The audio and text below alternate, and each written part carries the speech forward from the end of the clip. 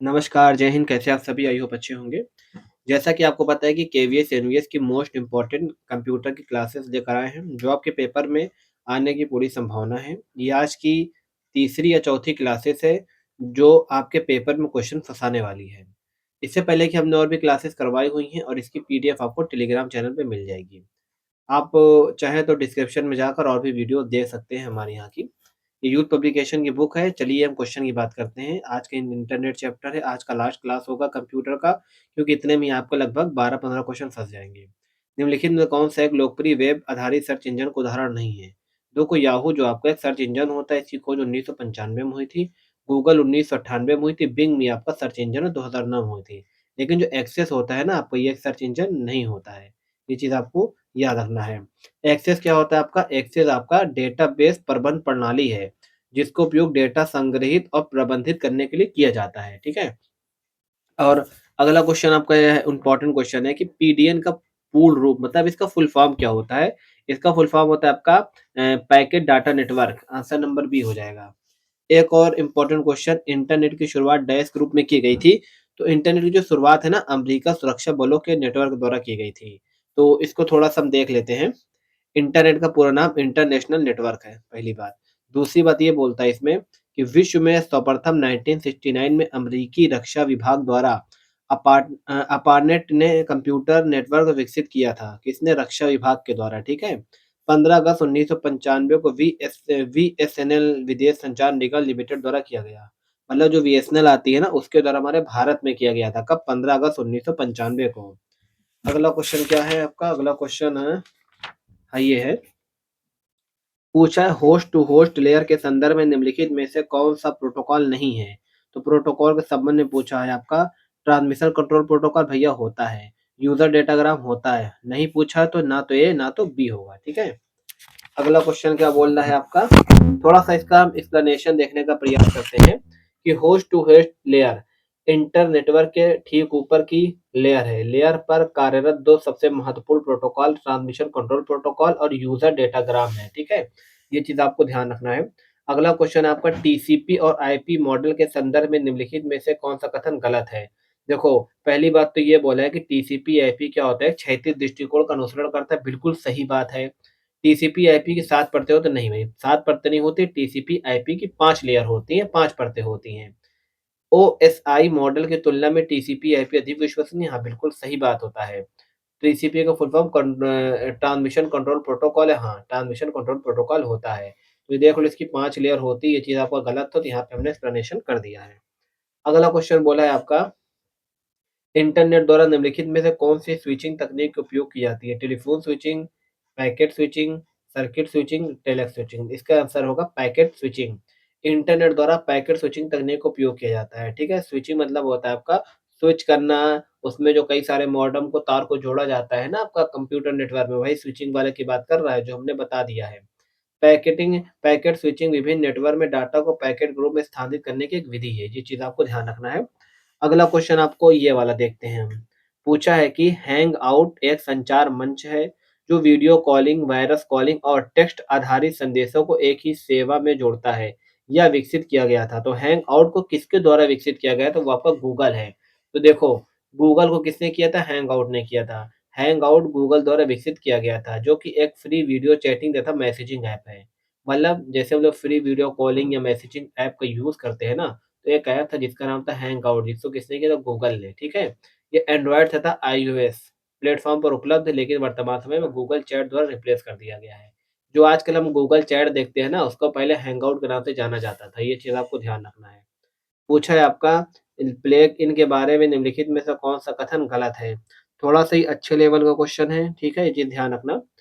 Application का एक उदाहरण है जो प्लग इन के रूप में उपलब्ध होता है, ये बात सही है। वे वेब ब्राउज़र में उपयोग के लिए अभिप्रेत एप्लीकेशन, हाँ, ये भी बात सही है, ये वेब ब्राउज़र के लिए उपयोग है। प्लेग इन एक्टिव एक्स नियंत्रणों के समान है, ये भी बात सही है कि एक्टिव एक्स नियंत्रण के समान होता है। प्लेग इन्स को वेब ब्राउज़र के बाहर निष्पादित किया जा सकता नहीं, वेब ब्राउज़र के बाहर इसको निष्पादित नहीं कर सकते हैं। अगला क्वेश्चन क्या है आपका? अगला क्वेश्चन हम देखेंगे, थोड़ा-सा इसका एक्सप्लेनेशन देखेंगे हम, ठीक है? तो वेब होस्टिंग के प्रकार के बारे में। तो जो वेब होस्टिंग के प्रकार होता है ना, एक होता है आपका शेयर वेब होस्टिंग, एक होता है आपका डेडिकेटेड होस्टिंग, एक होता है आपका वर्चुअल प्राइवेट सर्वर वीपीएस जिसे बोलते हैं। एक होता है आपका क्लाउड वेब होस्टिंग, एक होता है ग्रिड होस्टिंग, ठीक है? अब एक चीज़ ध्यान रखना, ये ग्रिड होता है, नहीं तो आप ऑप्शन में ग्रिल भी कर सकते हो, तो ग्रिड होता है ये, क्लाउड होता है, वर्चुअल होता है, डेडिकेट होता है, शेयर। ये पेपर अगर थोड़ा-सा हार्ड में आएगा ना, तो ये क्वेश्चन देखने को मिल सकता है। पूछा है आपका निम्नलिखित में कौन से इंटरनेट ब्राउज़र नहीं है? तो देखो सफारी, क्रोम, फायरफॉक्स इसको हमने बता दिया ऑपरेटिंग सिस्टम वाले चैप्टर में। लेकिन जो पांडा होता है ना, पांडा इंटरनेट ब्राउज़र नहीं होता। ये चीज़ आपको ध्यान रखना है। अगला क्वेश्चन हम देखेंगे ये वाला कि गूगल क्रोम में नई इनकैग्निटिव विंडो डैश कमांड द्वारा खोली जाती है। हम इनकैग्निटिव का यूज़ करते हैं ना गूगल में, कुछ चीज़ सर्च वगैरह करने के लिए जो हिस्ट्री ना बने। इनकॉग्निटो विंडो में किस कमांड का यूज़ करते हैं तो control plus shift plus N. हम ब कंट्रोल के बाहर हो जाते हैं तभी हम जाते हैं ना इनकॉग्निटो में, तो उसमें आपका control plus shift plus N का हम यूज़ करते हैं। बिल्कुल ईज़ी सा क्वेश्चन है। हालाँकि ये मॉडरेट में आ सकता है। देखिए कितने पूछा UP PCL assistant accountant AC 2020, तो हो सकता है इसमें पूछ सकता है। अच्छा क्वेश्चन है। Control plus shift plus N का यूज़ आपका होता है इनकॉग्निटिव विंडो को खोलने के लिए, ठीक है? अगला क्वेश्चन हम देखना चाहेंगे ये वाला। सॉफ्टवेयर जो आपकी वेब पेज पढ़ने और इंटरनेट सर्फ करने की अनुमति देता है, उसे क्या कहा जाता है? उसे बोलते हैं वेब ब्राउज़र। क्योंकि भैया वेब ब्राउज़र में जाते हो, गूगल वगैरह कुछ भी सर्च करते हो ना, ये आपका सॉफ्टवेयर के उदाहरण होता है।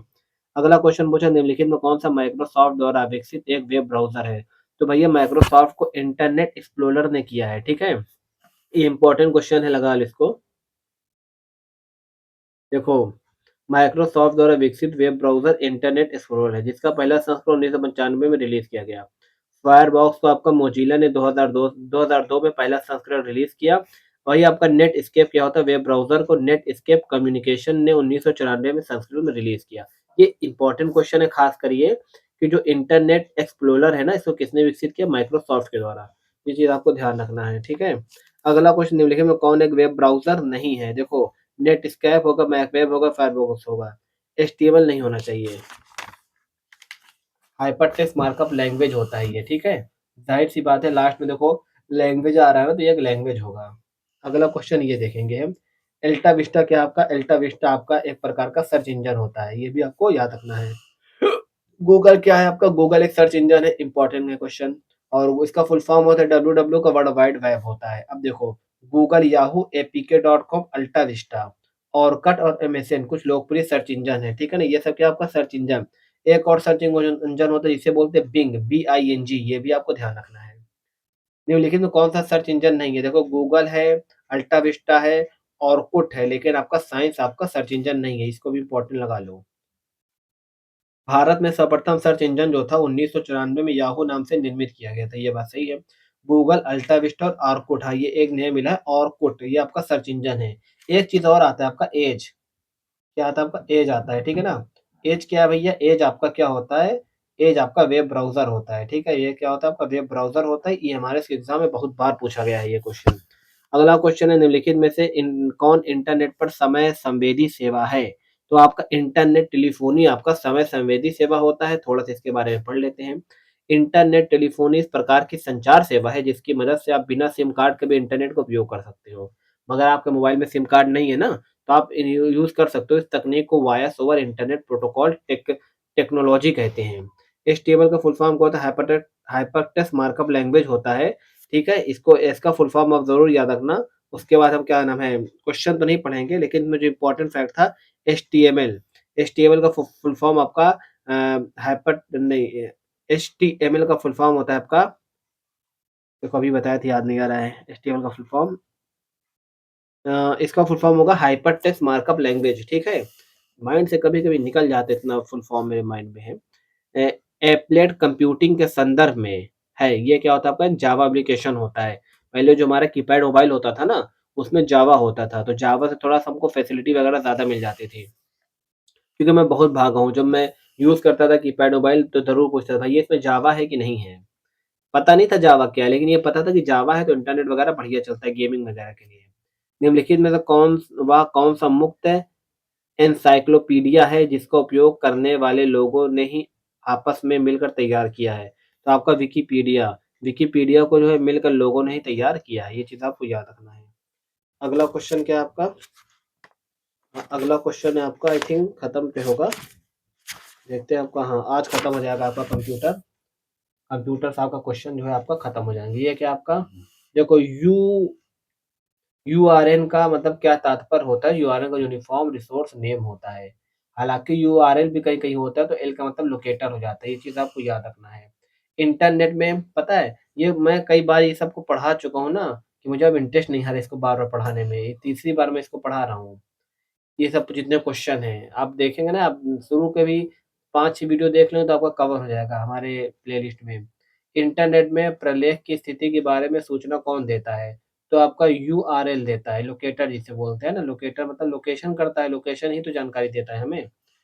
और क्या है आपका इम्पोर्टेंट क्वेश्चन, ये रहा। वेब पर किसी खास कंप्यूटर और पूरी साइट के मेन पेज को पहचाना जाता है। भाई पहचानने के लिए यूआरएल को तो यूज करते हैं ना, क्योंकि लोकेटर होता है। ये क्या करता है, लोकेशन देता है, ठीक है। और एक चीज याद रखना, www डॉट से पहले ये होता है ना, एचटीटीपी लगा होता है, ये hyper text transfer protocol. S नहीं होता, एस मतलब तो सिक्योर होता है, लेकिन www से पहले स्लैश से पीछे एचटीटीपी होता है, जिसका मतलब होता है हाइपर टेक्स्ट ट्रांसफर प्रोटोकॉल। फिर ये स्लैश लगता है, फिर www.google.com। ये चीज ध्यान रखना, ये लगा होता है। कहीं कि आपको वेबसाइट में दे दे के पूछ लेगा कौन सही है कौन गलत है, तो उसमें एचटीटीपीएस होगा किसी में, तो एस सिक्योर होता है, तो एस नहीं होगा, सिर्फ ये होगा। इसको ध्यान रखना आप लोग। अगला क्वेश्चन है, किसी भी सुरक्षित वेबसाइट के यूआरएल में सुरक्षा प्रमाण पत्र पैडलॉक का रंग होता है, तो राइट आंसर होगा आपका हरा। देखो इसको मैंने इस तरह ट्रिक बताया था। अगर हम ट्रेन से कोई जा रहा होता है तो लाल दिखाते हो मतलब खतरे का निशान है। अगर आप हरा दिखाते हो मतलब सुरक्षित है, सब कुछ ठीक है। सुरक्षित वेबसाइट यूआरएल की बात करेगा तो रंग क्या आएगा, हरा आएगा। आपको ऐसे याद रख लेना है, ठीक है। अगला क्वेश्चन तो हम बता चुके हैं। हाँ, एचटीटीपी का फुल फॉर्म आपका हाइपर टेक्स्ट ट्रांसफर प्रोटोकॉल होता है। ये बीसों बार बताया हूँ। एस लग जाएगा तो सिक्योर हो जाएगा, ठीक है। और एचटीएमएल का आविष्कार किसने किया था? टिम बर्नर-ली ने 1990 में किया था। ये चीज़ आपको याद रखना है। अभी आप ये बताइए, टिम बर्नर-ली ने इसका 90 में किया था, डब्ल्यू का आविष्कार किसने किया था? ये चीज़ आप कमेंट बॉक्स में बताइएगा, ठीक है। अब इसकी बात करते हैं, निम्नलिखित में कौन सा एक ऑडियो फाइल का एक्सटेंशन है? ये क्वेश्चन हमने कल भी पढ़ा था। देखो, WMA होगा राइट आंसर। ये नहीं होगा, ये नहीं होगा, ये नहीं होगा, ठीक है। फाइल का एक्सटेंशन WMA होता है, ये चीज आपको ध्यान रखना है।